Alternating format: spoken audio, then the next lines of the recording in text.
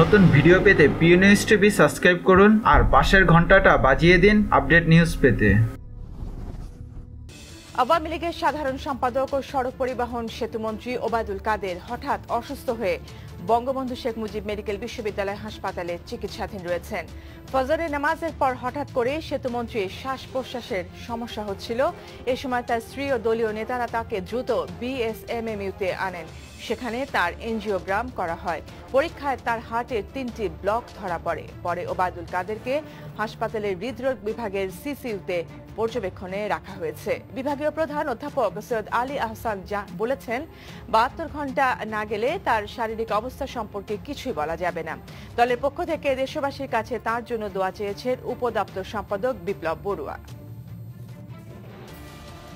ইসিজিতে ভালোই ছিল ইসিজি, কিন্তু তার পর মুহূর্তে ইসিজি দেখা যাচ্ছে যে স্লো হয়ে যাচ্ছে হার্টবিট, এবং কিছুক্ষণ পরে দেখি যে উনি শ্বাস নিতে পারছেন না।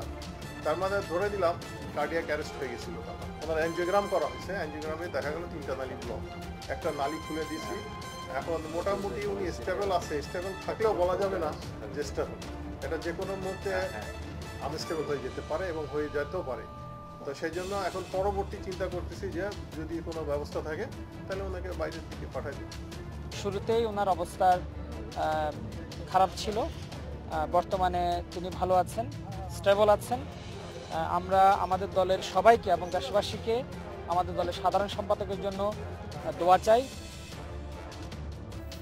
দর্শক, এই মুহূর্তে বঙ্গবন্ধু শেখ মুজিব মেডিকেল বিশ্ববিদ্যালয় হাসপাতালে আছেন আমাদের সিনিয়র করেসপন্ডেন্ট প্রমথেশ শীল।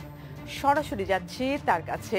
প্রমথেশ, ওবায়দুল কাদেরের অসুস্থতা নিয়ে চিকিৎসকরা কি বলছেন? ফারজানা, আপনি জানেন যে সকাল 6:45টার দিকে তিনি যখন শ্বাসকষ্ট এবং বুকে ব্যথা অনুভব করেন, সেই সময় সাতক্ষীরার একজন স্থানীয় নেতা তিনি ওবায়দুল কাদেরের কাছে এসেছিলেন উপজেলা নির্বাচনের জন্য তার মনোনয়নপত্র নেবার জন্য। তিনি তাকে আসতে বলেছিলেন ওবায়দুল কাদের। ঠিক সেই সময় তিনি বুকে প্রচণ্ড পরিমাণে ব্যথা অনুভব করেন এবং শ্বাসকষ্ট অনুভব করেন। ঠিক সাথে সাথেই তাকে তার স্ত্রী এবং সেই দলীয় নেতাকর্মীরা তাকে বঙ্গবন্ধু শেখ মুজিব মেডিকেল বিশ্ববিদ্যালয় হাসপাতালে নিয়ে আসলে তাকে প্রথমে কেবিন ব্লকের যে আইসিইউ রয়েছে সেখানে রাখা হয়েছিল।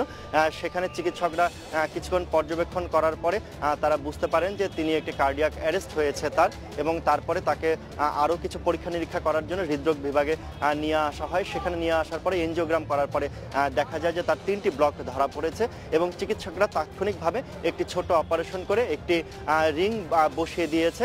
এখন তিনি করোনারি কেয়ার ইউনিটে নিবিড় পর্যবেক্ষণে রয়েছেন, এবং চিকিৎসকরা বলছেন তার অবস্থা এখনও সংকটাপন্ন।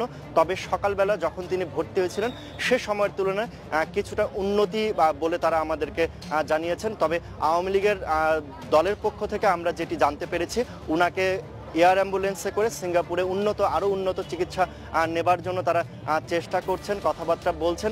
যদিও এখানকার চিকিৎসকরা বলেছেন যে বাংলাদেশের সর্বোচ্চ চিকিৎসা সেবা এই বিএসএমএমইউতেই সম্ভব। তারপরেও যেহেতু চিকিৎসকরা বলেছেন যে ভালোর কোনো শেষ নেই, তারপরও আরও ভালো চিকিৎসার জন্য তাকে নিয়ে যাওয়া হতে পারে বলে এখন পর্যন্ত আমরা জেনেছি। এখন পর্যন্ত দলের পক্ষ থেকে বা হাসপাতালের পক্ষ থেকে আমাদেরকে নিশ্চিত করা হয়নি। এই মুহূর্তে আওয়ামী লীগের যে নেতাকর্মীরা রয়েছেন, তার এলাকার নেতাকর্মীরা রয়েছেন, তারা আসছেন, তারা দেখছেন, খোঁজ খবর নিচ্ছেন, এবং আওয়ামী লীগের যারা সরকারের যারা মন্ত্রী তারাও এসছেন, চিকিৎসার খোঁজ খবর নিচ্ছেন, চিকিৎসকদের দেখছেন। চিকিৎসকরাও আমাদেরকে জানিয়েছেন যে যেহেতু তিনি একজন গুরুত্বপূর্ণ মানুষ এবং একটি দলের সাধারণ সম্পাদক এবং মন্ত্রী, তার চিকিৎসার জন্য তারা সর্বোচ্চ চেষ্টা করছেন, এবং কিছুটা বিঘ্নিত হচ্ছে মেডিকেল বিশ্ববিদ্যালয়ের যে চিকিৎসা সেবা, কারণ এখানে প্রচুর দলীয় নেতাকর্মী এসছেন এবং প্রচণ্ড ভিড় হয়েছে, যার ফলে কিছুটা ব্যাহত হচ্ছে।